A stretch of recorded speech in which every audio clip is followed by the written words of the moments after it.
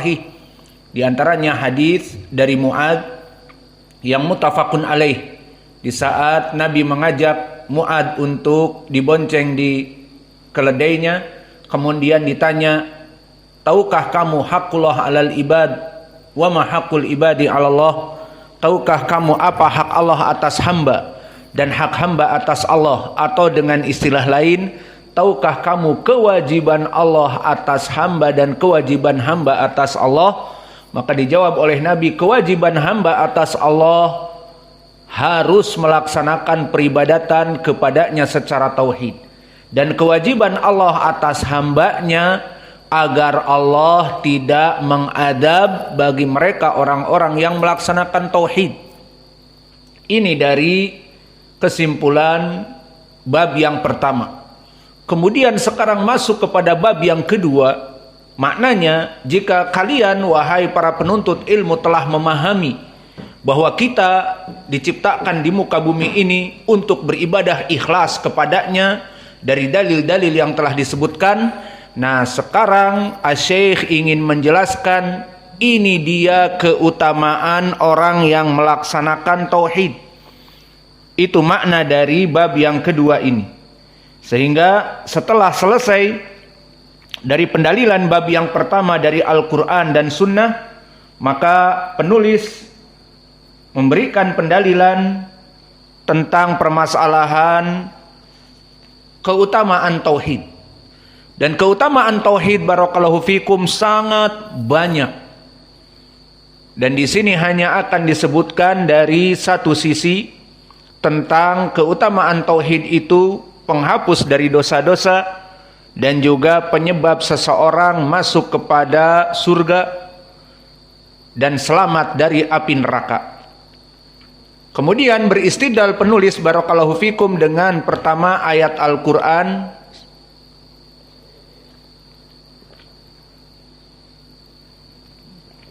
Alhamdulillah. Beristidlal dengan ayat Al-Quran yang disebutkan di dalam matan dari surat Al-An'am, alladzina amanu wa lam yalbisu imanahum bidzulmin. Di dalam nuskhah kami hanya sampai di sini, yang artinya orang-orang yang beriman dan keimanannya itu tidak bercampur dengan kedzaliman, selesai. Iya, seperti itu di matan.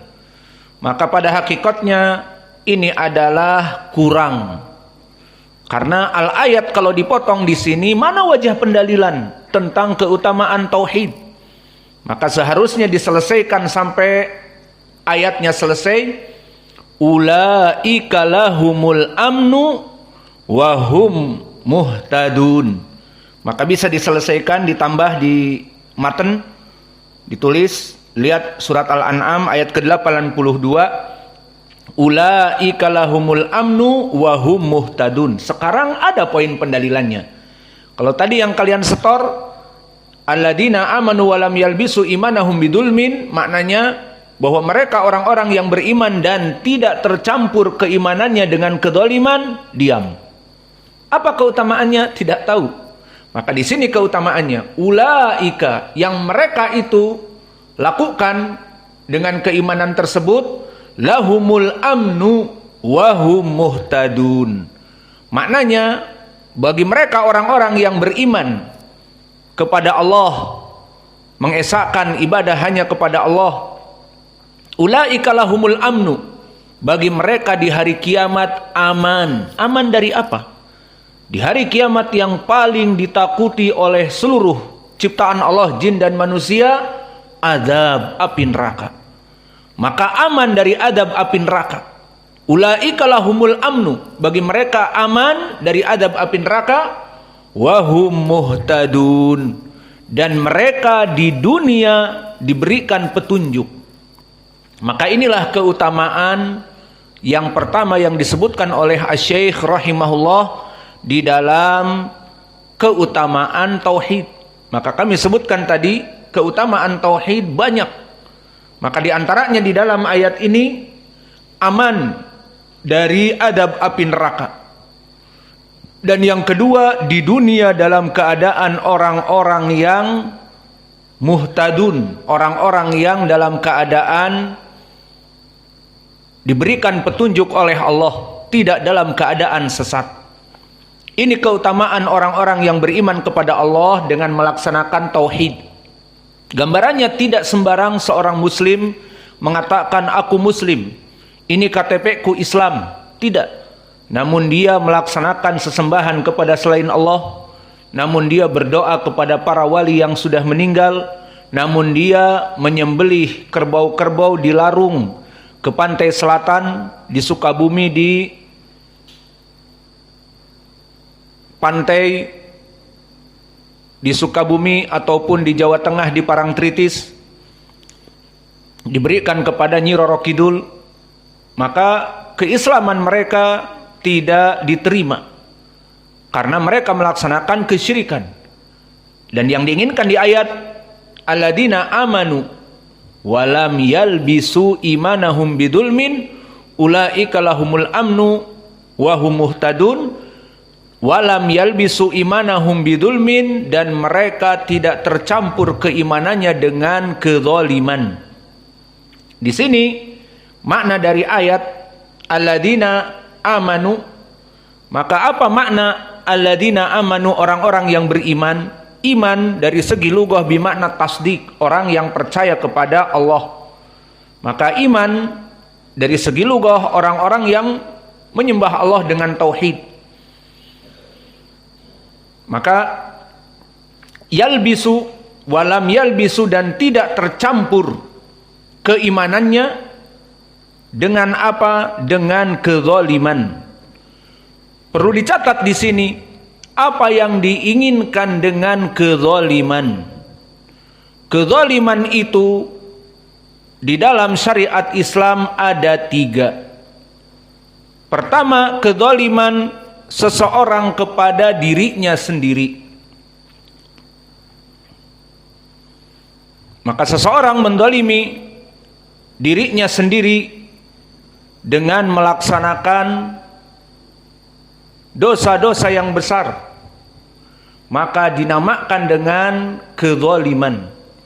Maka orang-orang yang melaksanakan dosa-dosa besar kepada dirinya, setiap hari melaksanakan pencurian, perampokan, atau dia bekerja di bank, setiap hari melaksanakan riba, ataupun apa saja, setiap hari dia meminum khamr,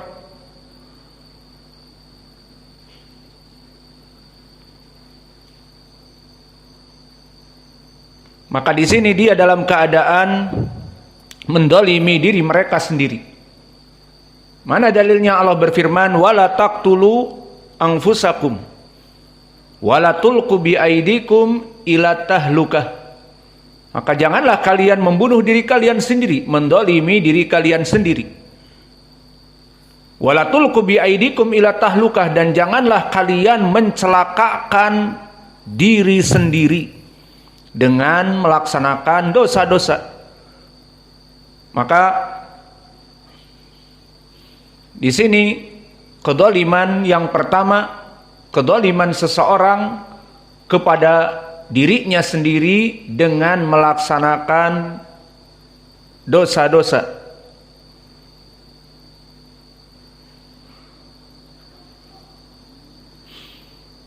Maka inilah dari kedzaliman yang pertama.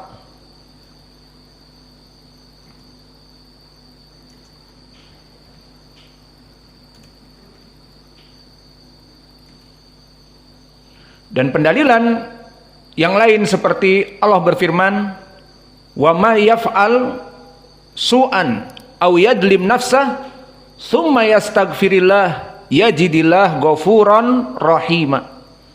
Maka di dalam surat An-Nisa lebih jelas daripada ayat-ayat yang kami sebutkan sebelumnya tadi. Maka di sini orang-orang yang melaksanakan dosa-dosa besar, mereka mendolimi dirinya sendiri. Waman ya'mal su'an au yadlim nafsahu. Barang siapa orang-orang yang melaksanakan dosa-dosa besar, melaksanakan perzinaan, melaksanakan makan riba, melaksanakan kezaliman kepada dirinya dengan minum minuman keras, merokok dan sebagainya, melaksanakan dosa besar antara dia kepada dirinya dengan kokain, dengan heroin, dengan pil ekstasi, maka waman ya'mal su'an aw yadlim nafsah, barang siapa yang melaksanakan dosa besar atau mendolimi dirinya sendiri. Di dalam surat An-Nisa disebutkan mendolimi dirinya sendiri. Maka ini pendalilan kedoliman yang pertama adalah seseorang mendolimi dirinya sendiri dengan tadi melaksanakan dosa-dosa yang besar, maka dosanya dia kepada Allah merupakan dosanya dia kepada diri sendiri. Lalu dosa kepada diri sendiri ini bisa dihapuskan dengan taubat, karena setelahnya Allah berfirman, "Tsumma yastaghfirillah yajidillah ghafuron rahima." Kemudian dia bertobat dan beristighfar, maka Allah akan mengampuni dosa-dosanya. Ini kedoliman yang pertama. Apa itu zalim kepada diri sendiri? Maksudnya seseorang berbuat dosa besar, dinamakan kedoliman. Yang kedua, zalim kepada orang lain. Dan untuk permasalahan zalim kepada orang lain telah disebutkan di dalam hadis, yang mana hadis ini datang dari Abi Hurairah, yang mana Rasulullah sallallahu alaihi wa ala alihi wasallam di Sahih Al-Bukhari dan yang lainnya, "Man kana lahu madlamatun li akhihi falyatahallalhu al-yaum qabla an ya'tiya yaumun la bay'un fihi wala khullatun." Hadis yang diriwayatkan oleh Imam Al-Bukhari dari Abi Hurairah, yang maknanya man kanat lahu madlamah li akhih.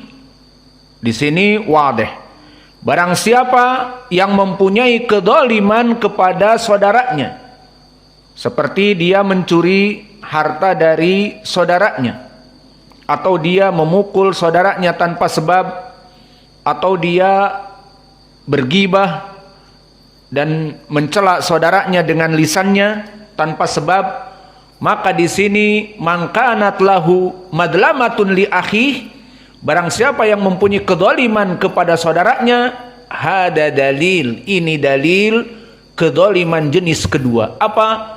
Kalau tadi kedzaliman dia pada diri sendiri dengan berbuat dosa kepada Allah, di sini kedzaliman kepada orang lain.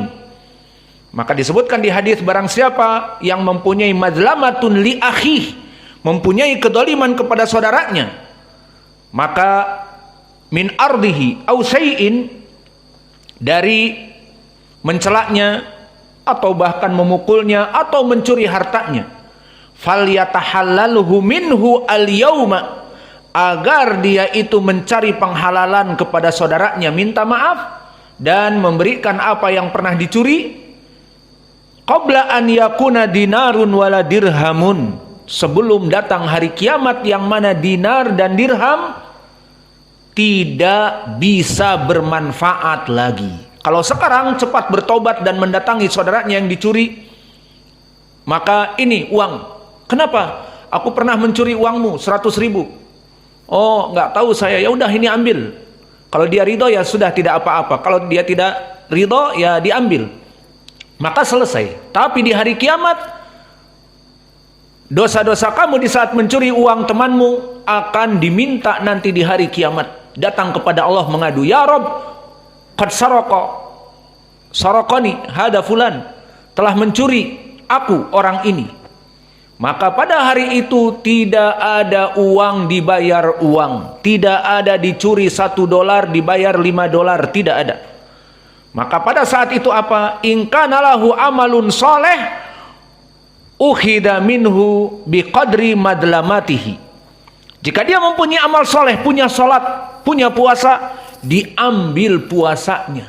Maka oleh sebab itu awas. Banyak orang-orang yang dia itu dengan orang lain buruk muamalahnya, namun dengan Allah baik. Kehidupannya di shaf yang pertama, sholatnya di shaf yang pertama, belajar murajaah Al-Quran, namun panjang tangan, tukang mencuri dan tukang mencela dan dari keburukan semuanya.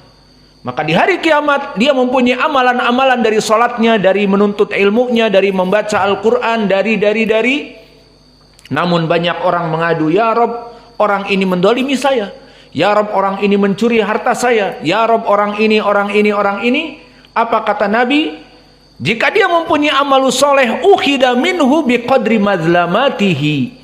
Jika dia mempunyai amalan soleh, akan dipotong-potong amalan soleh itu, dibagikan kepada orang sesuai kedoliman yang dia lakukan pada orang tersebut, sampai orang tersebut selesai mengadu kepada Allah dan diberikan pahala